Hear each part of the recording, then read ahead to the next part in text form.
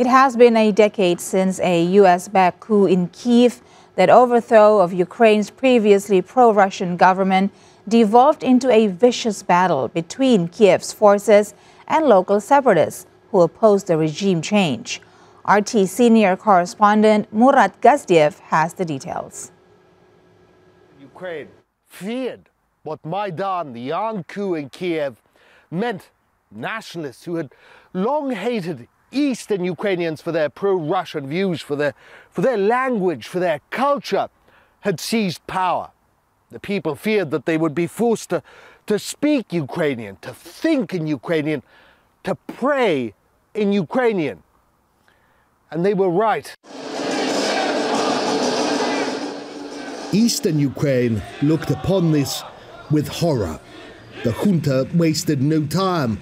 The very next day after the armed coup in Kiev in 2014, the new regime cancelled the status of the Russian language as an official language in the regions where most of the population spoke it. The people were outraged. In towns and cities across the east, they went to protest. Kiev didn't like this. Those who came to power by force knew only force. They thought that they could beat the East into submission. The East, however, rose up. We'll have a job, but they won't. We will have pensions, but they don't. We will have payments for children, but they do not. Our children will go to schools and kindergartens, and their children will sit in basements. That's how. And that's how we're going to win this war. Their children will hide in basements, promised then President Poroshenko, talking about his own citizens. Such an idea would have been unconscionable for Europeans or Americans, but since it was aimed at Russians, they nodded and went along. In 2014, they carried out a coup d'etat and began to physically exterminate everyone who was set on the normal development of relations with our country. This is genocide, there is no other way to call it. Russians were declared a non-titular nation, and the law was passed in our historical territories. With the West's blessing, Kiev went into overdrive. Hundreds of pro-Russian activists simply disappeared. The Russian language, which polls indicate was spoken by most of the country, was banned in government, in education, in commerce. Thousands of statues and monuments were torn down. At the same time, neo-Nazis prospered.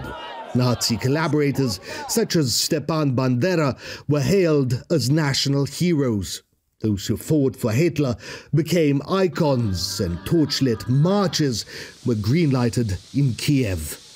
They never intended to negotiate with the East. It was all lies, and the West knew this. They backed this. The Minsk agreements were a sham. The only real peace effort was a ruse to buy time, to crush the pro-Russian East with force. The 2014 Minsk agreement was an attempt to give Ukraine time. It also used this time to become stronger, as can be seen today. Ukraine of 2014-2015 is not the modern-day Ukraine. Zelensky was just the next step in this lie. He, too, promised an end to violence if he were elected. He made a great show of it. In the next 5 years, I will do everything, Ukrainians, so that you do not cry. We have to end this war, and we are ready for dialogue. But I'm sure that the return of all Ukrainian prisoners should be the beginning of this dialogue. The next thing to deal with is to regain territories, although you cannot lose what is already yours. It has been 10 years since Kiev began its so-called counter-terror operation in the east of Ukraine, to beat everything pro-Russian out of it. Language, culture, and history. They achieved the opposite. I really wanted to be limited to this, and somehow the long-awaited peace has come. This is generally really stupid.